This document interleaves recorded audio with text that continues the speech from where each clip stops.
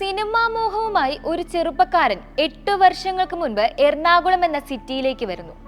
Cinema പാരമ്പര്യങ്ങൾ ഒന്നുമില്ലാത്ത ആ ചെറുപ്പക്കാരന്റെ ആകെയുള്ള ആഗ്രഹം ഒരു സംവിധായകനാകുക എന്നതാണ്. പറയുന്നത് വേറെ ആരെയും പറ്റിയല്ല, ഒരിക്കൽ നിർഭാഗ്യവാനാണെന്ന് സിനിമാ ലോകം തള്ളിക്കളയുകയും തന്റെ ആദ്യ പടം കഴിഞ്ഞ വർഷത്തെ ഏറ്റവും മികച്ചതെന്ന് പറയിപ്പിക്കുകയും ചെയ്ത RDX ഡയറക്ടർ നഹാസ് ഹിദായത്തിനെ പറ്റിയാണ്. സ്കൂൾ പഠനകാലത്ത് പ്രത്യേക കഴിവുകളില്ലെന്ന് കരുതിയിരുന്ന നഹാസ് കോളേജിൽ ഒരു മ്യൂസിക് ആൽബം ഡയറക്റ്റ് ചെയ്യുന്നു. ഇതിൽ അദ്ദേഹത്തിന്റെ കഴിവ് മനസ്സിലാക്കിയ പ്രൊഫസർ റെജി വർഗീസ് മേക്കാടൻ, നിനക്ക് വേറൊന്നിലും കഴിവില്ലെങ്കിലും ഈ പരിപാടിയിൽ നിനക്ക് എന്തോ ഒരു കഴിവുണ്ടെന്ന് പറയുന്നു. ചെറുപ്പം മുതലേ കണ്ട സിനിമ പല ആവർത്തി കണ്ട് സിനിമയുടെ കഥാപ്രത്യേകതകളെ തിരഞ്ഞെടുക്കുന്ന നഹാസ് അങ്ങനെ തന്റെ വഴി സംവിധാനമാണെന്ന് ഉറപ്പിച്ചു. വീട്ടിൽ മറ്റൊരു കോഴ്സിന് ചേരാൻ എന്ന് പറഞ്ഞ് എറണാകുളത്തേക്ക് വന്ന ആ സിനിമാ കൊതിയൻ പഠനം പാതിവഴിയിൽ ഉപേക്ഷിച്ച് സിനിമാ സെറ്റുകളിൽ മനസ്സിലെ മോഹം അടക്കിപ്പിടിച്ച് ഒരു അവസരത്തിനായി കയറിയിറങ്ങി. ഇതിനിടയിൽ ഉപജീവനത്തിന് ജ്യൂസ് കടയിലും സ്വിഗ്ഗിയിലുമെല്ലാം ജോലി ചെയ്തു. അങ്ങനെ കയറിയിറങ്ങുന്ന ഓരോ സിനിമാ സെറ്റിൽ നിന്നും സിനിമാ കൊതിയന്മാരെ പലരെയും കണ്ടുമുട്ടുന്നു. ശേഷം അവരെല്ലാം പാലാരിവട്ടത്ത് ഒരു റൂം എടുത്ത് ഒരുമിച്ച് താമസിക്കുകയാണ്. സിനിമാ തട്ടകത്തിന്റെ മുൻതൂക്കമില്ലാതെ ഭാവിയെ മാറ്റി എഴുതാൻ കഴിവുള്ള പ്രതിഭാശാലികളുടെ ഒരു കൂട്ടം തന്നെയായിരുന്നു അത്. നഹാസ് ഒരു ഇൻസ്റ്റിറ്റ്യൂട്ടിലും പോയിയല്ല ഡയറക്ഷൻ പഠിച്ചത്. അദ്ദേഹത്തിന്റെ സ്കൂൾ തിയേറ്ററുകളായിരുന്നു. പാഠവിഷയം ഓരോ സീനിലും പ്രേക്ഷകരുടെ മുഖത്തുണ്ടാവുന്ന മാറ്റങ്ങളായിരുന്നു.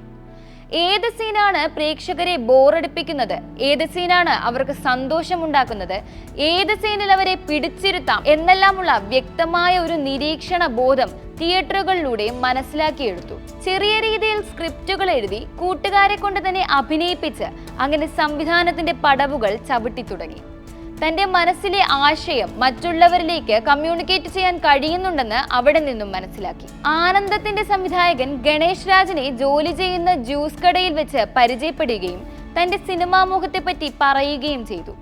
അദ്ദേഹം വഴി ഗോദയുടെ ഷൂട്ടിംഗ് നടക്കുന്നുണ്ടെന്നറിഞ്ഞ് സംവിധായകൻ ബേസിൽ ജോസഫിനെ കയ്യിൽ ചെയ്ത വർക്കുകൾ ഒന്നുമില്ലാതെ കാണാൻ ചെല്ലുന്നു. വർക്കുകൾ ഒന്നുമില്ലേ എന്ന ബേസിലിന്റെ ചോദ്യത്തിനു മുന്നിൽ പതറിയ നഹാസ് നീണ്ട 4 ദിവസത്തെ പരിശ്രമത്തിന് ശേഷം ഒരു ഷോർട്ട് ഫിലിം ഒരുക്കുന്നു. അത് കണ്ടിഷ്ടപ്പെട്ട ബേസിൽ തന്റെ സിനിമയിലേക്ക് അസിസ്റ്റന്റ് ഡയറക്ടറായി നിയമിക്കുന്നു. പിന്നീട് അങ്ങോട്ട് ഉറക്കമില്ലാത്ത രാത്രികളായിരുന്നു ആ അസിസ്റ്റന്റ് ഡയറക്ടർ നേരിടേണ്ടി വന്നത്. തന്റെ കഥയുമായി പല പ്രൊഡ്യൂസർമാരെ കണ്ട് കയറിയിറങ്ങി. അങ്ങനെ പല പടവുകളും താണ്ടി ഒരു സിനിമ ഒരുക്കാനുള്ള ശ്രമത്തിനിടയ്ക്ക് അപ്രതീക്ഷിതമായി വന്ന കൊറോണ പ്രതീക്ഷകളെയെല്ലാം തകിടം മറിച്ചു. തളർന്നില്ല. 1 വർഷം മുമ്പ് ഇറക്കിയ കളർപ്പടം എന്ന ഷോർട്ട് ഫിലിമിന് വൻ പ്രേക്ഷക സ്വീകാര്യത നേടിയെടുത്ു. തന്റെ മനസ്സിലുണ്ടായ ആ കൂട്ടുകാരന്റെ യഥാർത്ഥ സംഭവവും മാർഷൽ ആർട്സും മിക്സ് ചെയ്ത കഥയിലേക്ക് ഇതുവരെ ഒന്നിച്ചു കാണാത്ത ഷെയ്ൻ നിഗം, ആന്റണി വർഗീസ് പെപ്പെ, നീരജ് മാധവ് കോംബോയിൽ ഒരു സിനിമ ഒരുക്കുന്നു. ഇതിലെ ഓരോ നായകന്മാർക്കും വ്യത്യസ്തമായ അഭ്യസ്തവിദ്യ നൽകി. സോഫ്റ്റ് റോളുകളിൽ നിന്നും മാറി നീരജ് മാധവ് നിഞ്ചാക്കുമായി തിയേറ്ററുകളിൽ എത്തിയപ്പോൾ നിറഞ്ഞ കയ്യടിയാണ് ഉയർന്നത്.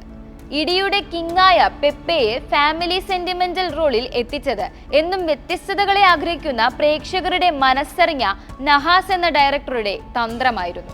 ആക്ഷൻ റൊമാൻറ്റിക് സീനുകളിൽ ഷെയ്ൻ നിഗവും ഇവരുടെയെല്ലാം ആശാനായി ബാബു ആന്റണിയും എത്തിയതോടെ ഇടിമേളം പൊടിപൂരമായി സിനിമ.